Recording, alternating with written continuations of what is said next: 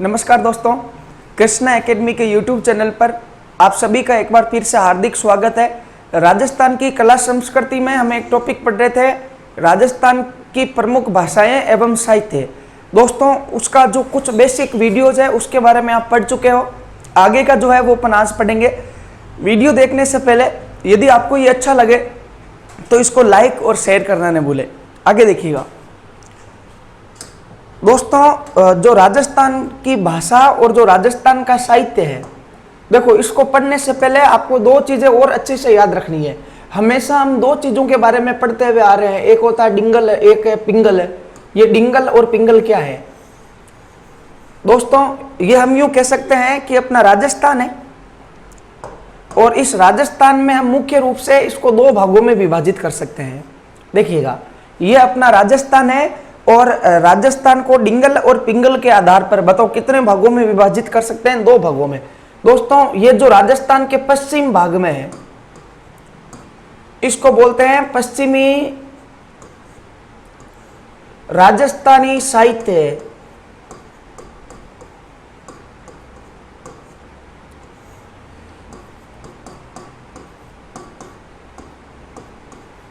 पश्चिमी राजस्थानी साहित्य। और जो पूर्व में है बताओ उसको क्या कहते हैं? पूर्वी राजस्थानी साहित्य। पश्चिमी राजस्थानी साहित्य और पूर्वी राजस्थानी साहित्य। देखिएगा, वेरी सिंपल है। ये राजस्थान के पूर्व का भाग है और इधर पूर्वी राजस्थानी का जो साहित्य बना उसको पूर्वी राजस्थानी साहित्य, और जो पश्चिमी राजस्थानी का साहित्य बना उसे पश्चिमी राजस्थानी साहित्य कहा जाता है। लेकिन देखिएगा दोस्तों, ये जो पश्चिमी राजस्थान का साहित्य था इसी को दोस्तों डिंगल कहा गया, या इसी को डिंगल भी कहा जाता है।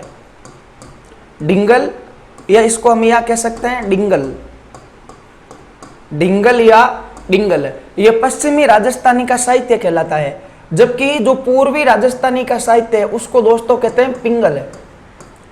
तो आज के बाद में बताओ, डिंगल और पिंगल का कंफ्यूजन कभी रहेगा क्या? कभी नहीं होना चाहिए। पश्चिमी राजस्थानी का साहित्य डिंगल कहलाता है और पूर्वी राजस्थानी का साहित्य बताओ क्या कहलाता है? पिंगल कहलाता है। अब दोस्तों, ये जो पिंगल था, पूर्वी राजस्थानी साहित्य, ये कौन से कवियों द्वारा लिखा गया है? वेरी मोस्ट इंपोर्टेंट है। तो ये दोस्तों भाटों द्वारा रचित है, भाटों द्वारा रचित। आपने सुना होगा या आपने देखा भी होगा कि हर परिवार के भाट जी होते हैं जो 4-5 साल बाद में आते हैं घर पे, और उनके पास में पूरा वो बही खाता होता है, उनके पास में पूरा डेटा रहता है अपने परिवार का। ठीक है, किसकी इनकमिंग हुई, किसकी आउट गोइंग हुई, कौन जन्म लेता है, कौन मरता है, वो अपने पूरे वंश का डिटेल रखते हैं। उनको क्या कहते हैं? भाट जी।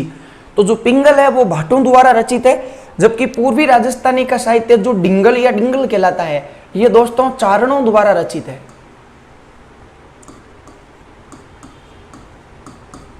चारणों द्वारा रचित, वेरी मोस्ट इंपोर्टेंट है। पश्चिमी राजस्थानी साहित्य चारणों ने लिखा है, जबकि पूर्वी राजस्थानी का साहित्य बताओ किसने लिखा है? भाटों ने लिखा है। दोस्तों, ये जो पूर्वी राजस्थानी साहित्य है, या फिर जो ये हम यूं कह सकते हैं कि जो ये पिंगल है, ये पिंगल दोस्तों ब्रज भाषा से प्रभावित है। ब्रज भाषा से प्रभावित है। पिंगल बताओ कौन सी भाषा से प्रभावित है? ब्रज। ब्रज भाषा के बारे में हमने पढ़ा था। ऐसी भाषा जो भरतपुर के आसपास बोली जाती है वो ब्रज भाषा कहलाती है। उसी प्रकार दोस्तों ये जो डिंगल या डिंगल है ये गुजराती भाषा से प्रभावित है।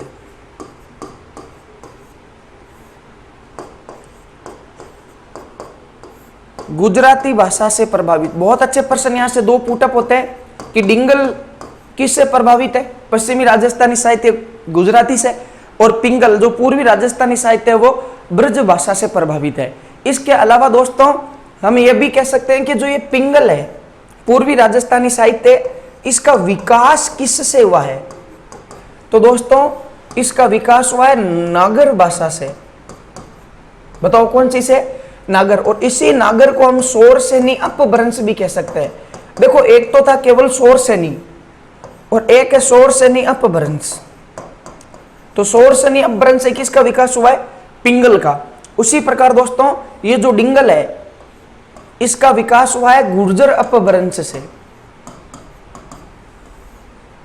इसका विकास बताओ किससे हुआ है? गुर्जर अपभ्रंश से।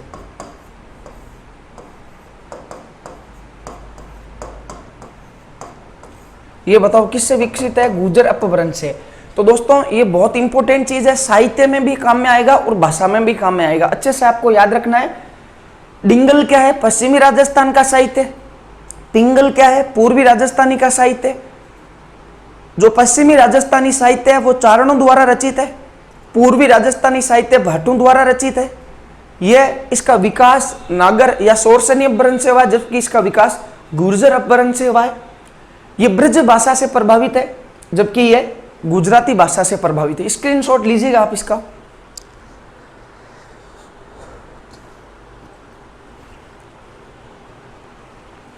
आगे देखिएगा दोस्तों, इसके पश्चात आपको क्या पढ़ना, वेरी मोस्ट इंपोर्टेंट है। देखिएगा राजस्थानी भाषा का वर्गीकरण।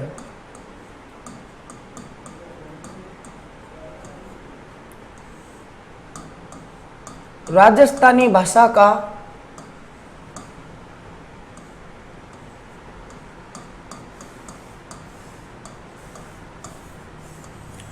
वर्गीकरण। दोस्तों वर्गीकरण का मतलब होता है विभाजन, और इसको मारवाड़ी में यूं कह सकते हैं कि बांटना। कि जो राजस्थानी भाषा का वर्गीकरण है या जो विभाजन है, इसको किस प्रकार बांटा गया है, या इस राजस्थानी भाषा का जो वर्गीकरण है वो कितने विद्वानों ने किया था और किस किस प्रकार ये वर्गीकरण किया गया, बहुत इंपॉर्टेंट है। यहाँ से भी एग्जाम में प्रश्न आते हैं। दोस्तों सबसे पहले आप देखिएगा, राजस्थानी भाषा का जो वर्गीकरण है, एक विद्वान हुए हैं जिनका नाम है doctor George Abraham Grierson. Doctor George Abraham Grierson. Doctor George Abraham Grierson नामक एक विद्वान हुए हैं। और दोस्तों डॉक्टर जॉर्ज अब्राहम ग्रियर्सन की एक पुस्तक है, बताओ इनकी पुस्तक का नाम क्या है? The linguistic survey of India. The linguistic survey of India, ये बताओ किसकी पुस्तक है? डॉक्टर जॉर्ज अब्राहम ग्रियर्सन की। अब देखिएगा इस the linguistic survey of India जो नामक पुस्तक है दोस्तों, इसमें कुछ वॉल्यूम्स है, उसके कुछ भाग है और उसके कुछ जिल्द है। देखिएगा कैसे, इस पुस्तक का 11वां वॉल्यूम, बताओ इस पुस्तक का कौन सा वॉल्यूम है? 11वां वॉल्यूम के 20वें भाग के 9वीं जिल्द के दूसरे भाग में, बताओ कौन से भाग में? दूसरे भाग में। ये बहुत इंपॉर्टेंट प्रश्न है।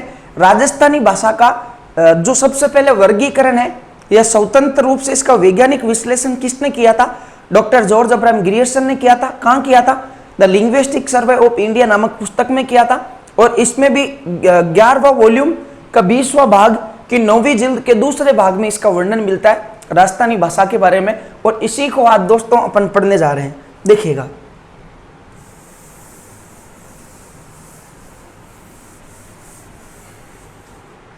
दोस्तों, जो डॉक्टर जॉर्ज अब्राहम ग्रियर्सन थे, इन्होंने राजस्थानी भाषा का जो वर्गीकरण है वो किस प्रकार किया है, आइए आज हम इसके बारे में जानते हैं। सबसे पहले आपको यह पता होना चाहिए कि राजस्थानी जो भाषा का वर्गीकरण है वो मुख्य रूप से 2 विद्वानों ने किया है। एक का नाम डॉक्टर जॉर्ज अब्राहम ग्रियर्सन है और दूसरे हैं एलपी टेसीटोरी। इनमें अंतर इतना है कि doctor George Abraham Grierson England के रहने वाले थे, जबकि एलपी टेसीटोरी इटली के रहने वाले थे। और इनका विभाजन भी अलग अलग है। हम दोनों के बारे में पढ़ेंगे। देखिएगा सबसे पहले हम पढ़ेंगे डॉक्टर जॉर्ज अब्राहम ग्रियर्सन के बारे में।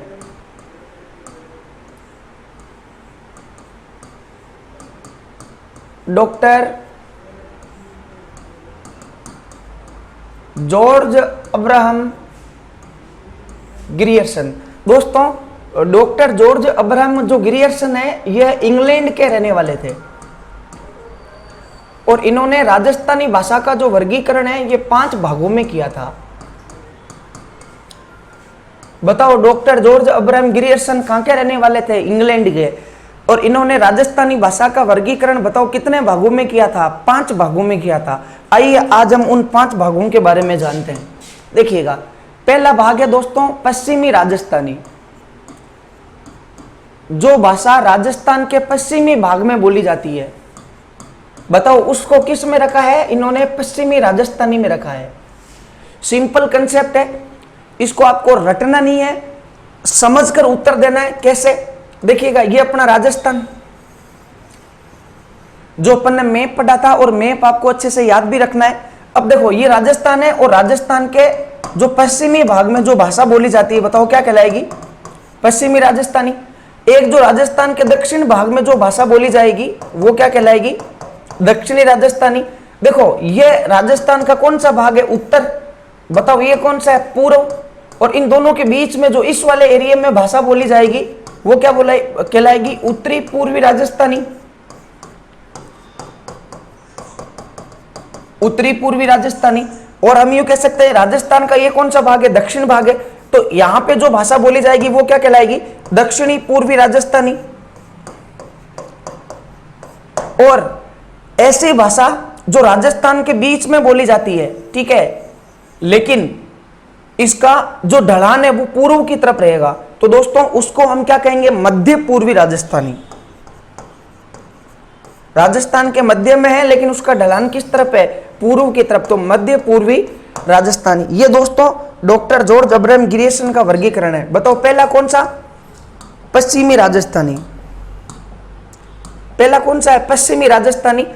और उसके बाद में देखिएगा दूसरा कौन सा है? उत्तरी पूर्वी राजस्थानी। उसके बाद में देखिएगा तीसरा कौन सा है? दक्षिणी पूर्वी राजस्थानी। चौथा कौन सा है? मध्य पूर्वी राजस्थानी। और पांचवा कौन सा है? दक्षिणी राजस्थानी। इन्होंने क्षेत्र के आधार पर वर्गीकरण किया, बिल्कुल नहीं रटना है। और आपको मैप याद है तो आप उसको आसानी से और अच्छे तरीके से याद रख सकते हो। देखिएगा, दूसरा वर्गीकरण है उत्तरी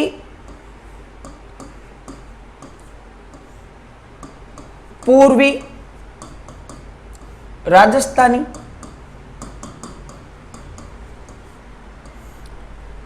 तीसरा दक्षिणी पूर्वी राजस्थानी।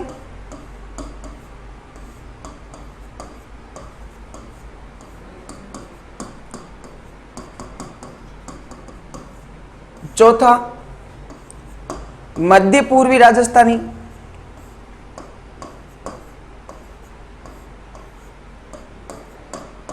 और पांचवा दक्षिणी राजस्थानी।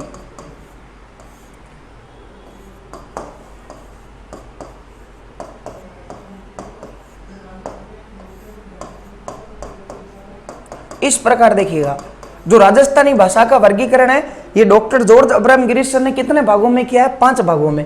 अब देखो इन्होंने कौन कौन सी भाषा को किधर किधर रखा है, इसके बारे में हम अध्ययन करेंगे।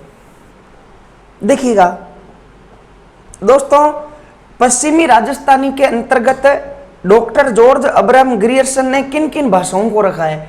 देखो मैप से आपको काम करना है, वेरी सिंपल। बताओ पश्चिमी राजस्थान की मुख्य भाषा कौन सी है? मारवाड़ी। तो पश्चिमी राजस्थानी में बताओ एक तो किसको रखा गया है? मारवाड़ी को रखा गया है। इसके बाद में देखिएगा पश्चिमी राजस्थान में कौन सी भाषा आती है? थली। इसके बाद में देखिएगा ठाटी, जो बाड़मेर में बोली गई थी, या ठटकी। एक जो बहुत इंपॉर्टेंट पर्सन है, डॉक्टर जॉर्ज अब्राहम ग्रियर्सन ने मेवाड़ी भाषा को, वैसे मेवाड़ी राजस्थान के दक्षिणी भाग में आती है और ये पूरा वर्गीकरण क्षेत्रीयता के आधार पर है, लेकिन फिर भी डॉक्टर जॉर्ज अब्राहम ग्रियर्सन ने मेवाड़ी भाषा को किस में रखा है? पश्चिमी राजस्थान में। यही बहुत इंपॉर्टेंट है और यही एग्जाम में आपके प्रश्न बनता है। इसके अलावा देखिएगा इसी में इन्होंने रखा है नागौर में जो भाषा बोली जाती है वो नागौरी। बताओ बीकानेर में जो बोली जाती है वो कौन सी है? बीकानेरी। इस प्रकार देखिएगा शेखावाटी, हम यूं कह सकते हैं सिरोही भाषा, देवड़ावाटी, इसके अलावा गोडवाड़ी, ये जो सारी भाषाएं हैं इनको डॉक्टर जॉर्ज अब्राहम ग्रियर्सन ने कौन सी भाषा में रखा है? पश्चिमी राजस्थानी में। उत्तरी पूर्वी राजस्थानी में दोस्तों मुख्य रूप से आती राठी। बताओ राठी किन के द्वारा बोली जाती है? यादवों के द्वारा।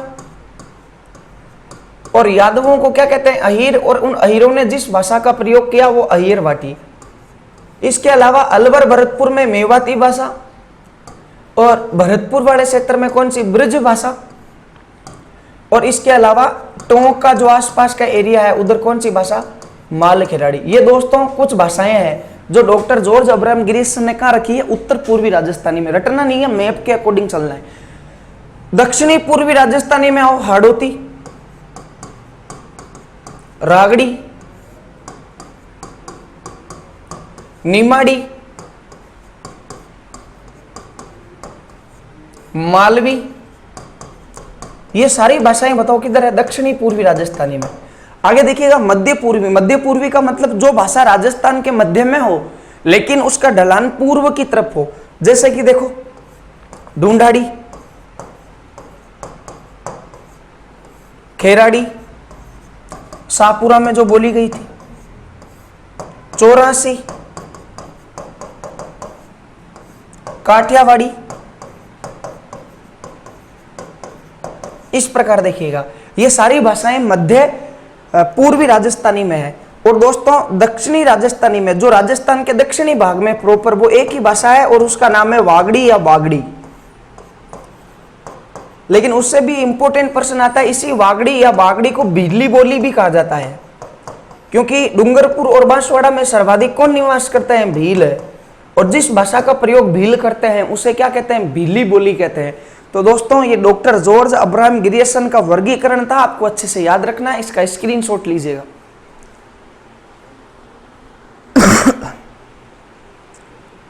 इसके बाद देखिएगा राजस्थानी भाषा का जो वर्गीकरण है, देखिएगा वो दोस्तों एक किया है एलपी टेसीटोरी ने। एलपी टेसीटोरी, दोस्तों ये जो एलपी टेसीटोरी नामक विद्वान थे, ये हम यूं कह सकते हैं कि इटली के रहने वाले थे, जबकि जॉर्ज अब्राहम गिरीसन कहां के रहने वाले थे, इंग्लैंड के।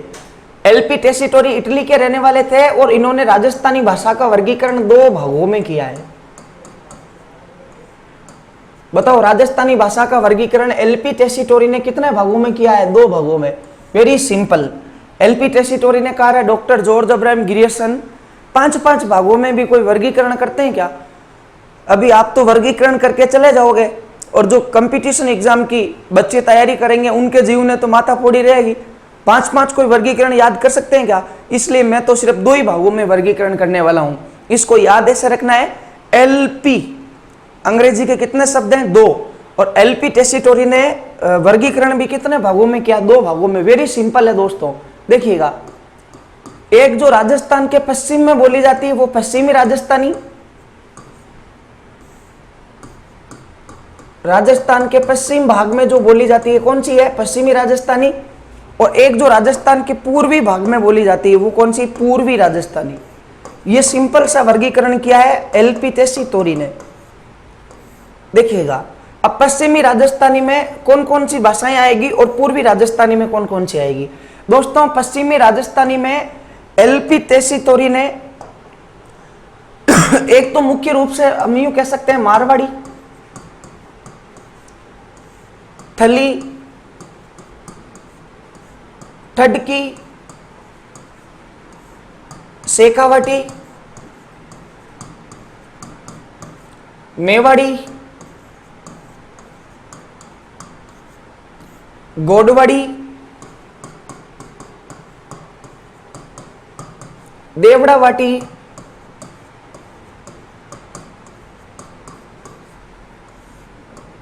तोरावाटी, नागौरी, बीकानेरी,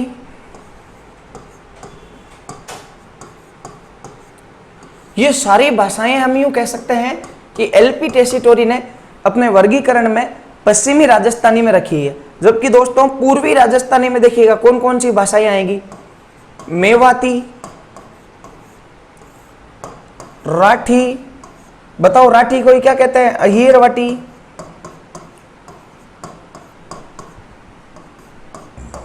ब्रज भाषा, माल खेराड़ी,